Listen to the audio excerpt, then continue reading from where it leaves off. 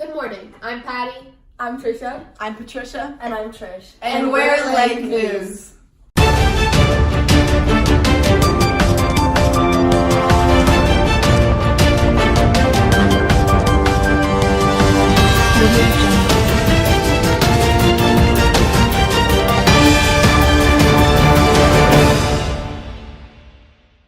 So now for today's news.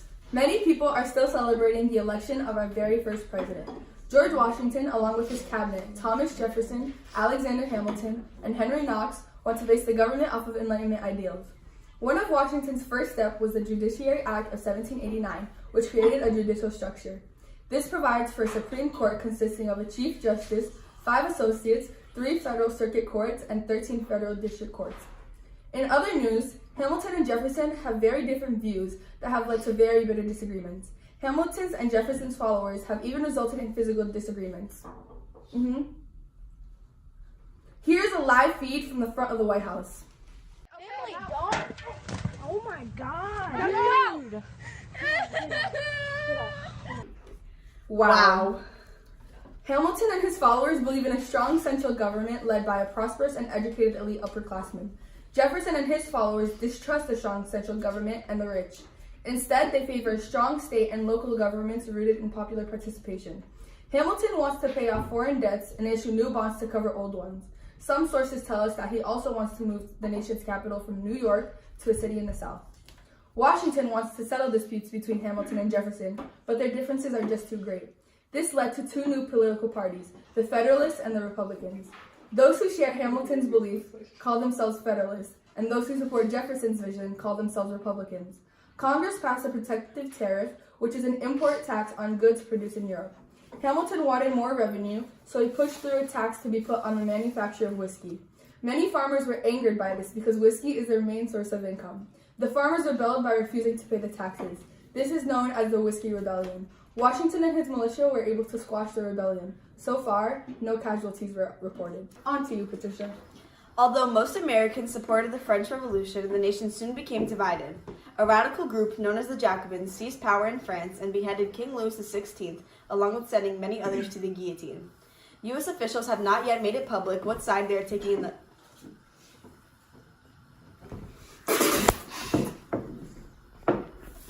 This just in. We've just received insight that officials have issued a declaration of neutrality and due to the lack of interest in entering another war, had decided to sit this one out. Since the enactment of the Treaty of Paris, pioneers have begun moving westward of the Appalachians. As they migrated, they were greeted by British forts that were there under violation of the treaty and also more resistance from natives who had already been there. To gain control, Washington sent American troops, led by General Anthony Wayne, to the natives. There they had an altercation with a tribe called Little Turtle, whose leader urged them to back off. Wayne and his troops then defeated the tribe and took home the victory from the battle better known as the Battle of Fallen Timber. Since John Adams has taken office as the second official president of the United States, he has already been faced with his first dilemma, a kindling war with France. The French have begun to seize American ships heading towards Britain. Adams has already sent a 3-man delegation, whose identities won't be mentioned for privacy reasons, to France to negotiate a solution. We haven't received in on the situation just yet, but many Americans are growing impatient and marching to the president's residence to volunteer for war. Now, here's a few words from our sponsors. And then, when we come back, you'll be hearing from Patty and Trish. Mom, we never have anything in this house. Honey, just get Uber Eats. Okay. Perfect. A few moments later. Hi, Uber Eats. Thanks so much. I'm Patty. And I'm Trish, and welcome back to LANK News. Don't you think this weather's beautiful today, Trish? I think the weather's nice, it's still a little chilly. Spring right around the corner, the temperature should be rising, and it should get warmer. Okay, well, back to the news, Trish. Yes. As we all know, Jefferson has been re-elected for president.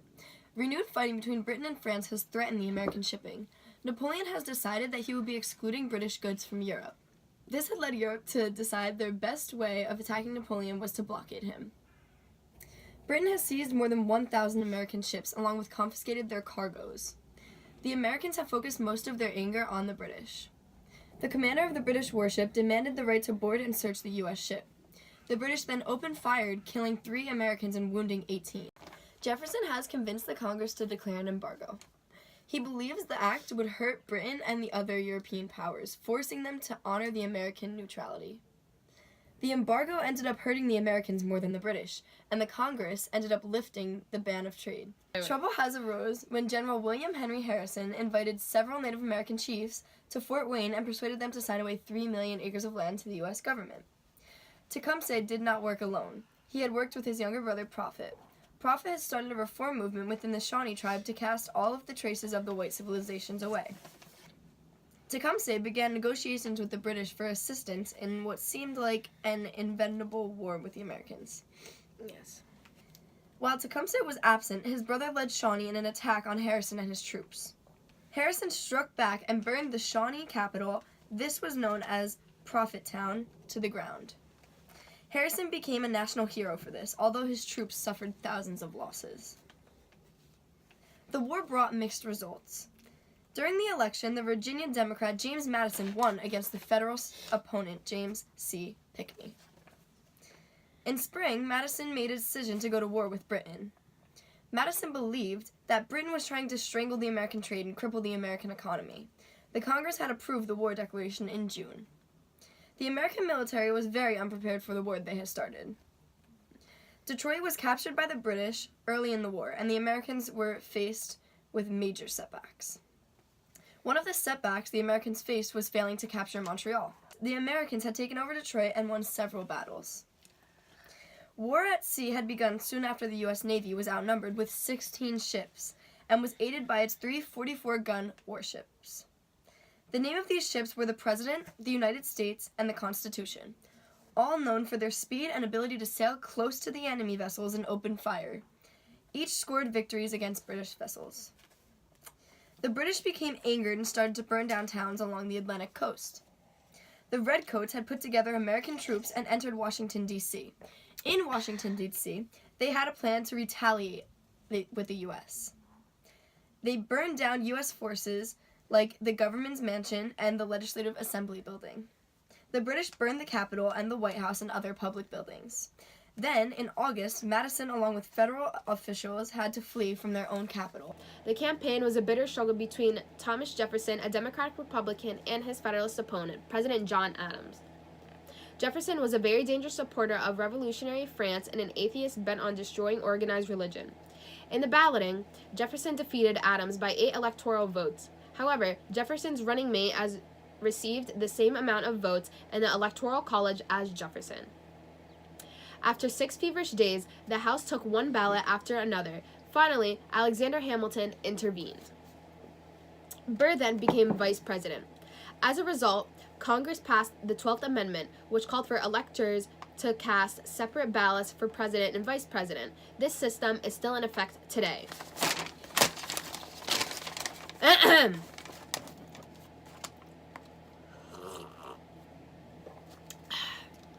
was getting a little parched, Trish. Yeah, no worries.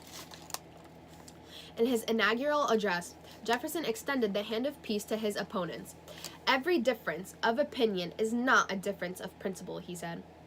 Nevertheless, Jefferson planned to wage a peaceful revolution. Peaceful. Heard that one before. To restore what he saw as the Republican ideals of 1766 against the strong government policies of federalism. Under Washington and Adams, Federalists had filled the vast majority of government positions. Jefferson reversed the pattern by replacing some Federalist officials with Democratic Republicans ones. By 1803, the government bureaucracy was a more evenly balanced between Democratic Republicans and Federalists.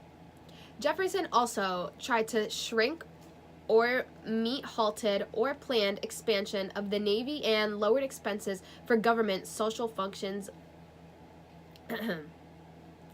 He believed that free trade would benefit the United States because raw materials and food that Americans were producing were in short supply in Europe. That's crazy. It is. They're in short supply. Very Yeah. short supply.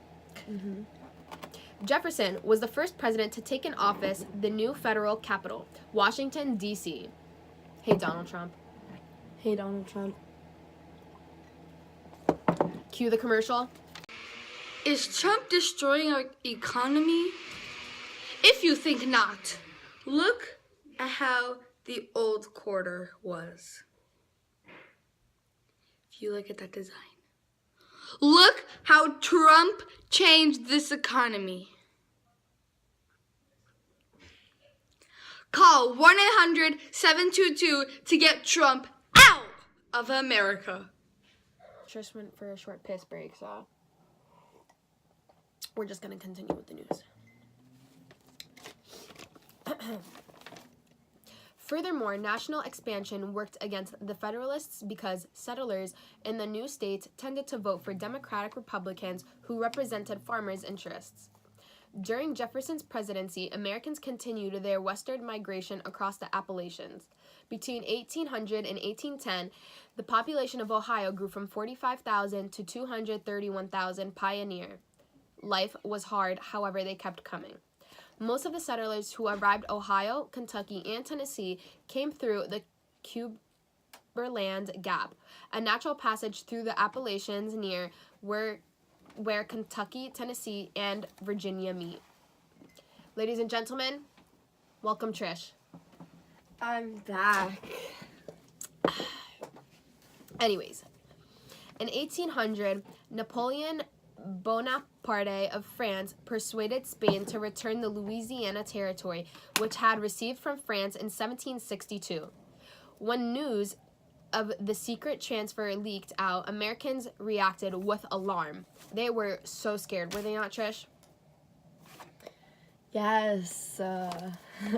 Jefferson wanted to resolve the problem by buying New Orleans and western Florida from the French. He sent James Monroe to join American ambassador Robert Livingston in Paris. Before Monroe arrived, however, Napoleon had abandoned his hopes for an American empire. By the time Nat Monroe arrived in Paris in April 1803, Napoleon had decided to sell the entire Louisiana Territory to the United States. With no time to consult their government, Monroe and Livingston went ahead and closed the deal for $15 million. It's a lot. It is a lot. The Louisiana Purchase, which included all the land that has been drained by the western tributaries of the Mississippi River, the size of the United States was more than doubled. Wow. Jefferson was eager to explore for the new territory, starting off with some 50 soldiers and woodsmen, including Patrick Gases. The expedition later became smaller, but added a Native American woman, Sacagawea. She is an icon. What a woman. An icon, honestly. Who served as an interpreter and guide. The Lewis and Clark expedition took 2 years and 4 months and recorded invaluable information about the Western Territories. That's a long time. That's crazy. Ladies and gentlemen, that is the end of today's news. That's all for today. Thank you for watching LANK News. I am Patty. And I'm Trish. And I hope you guys have a great day. Well, that's it for today, guys. We hope you have a great day. Thank you so much for tuning in, and I hope I can see you all back here tomorrow. I'm Patricia. And I'm Trisha. And you just watched LANK News. Cut! No, you know I'm supposed to say my name first. Well, why does it matter? I'm over you. Take 2!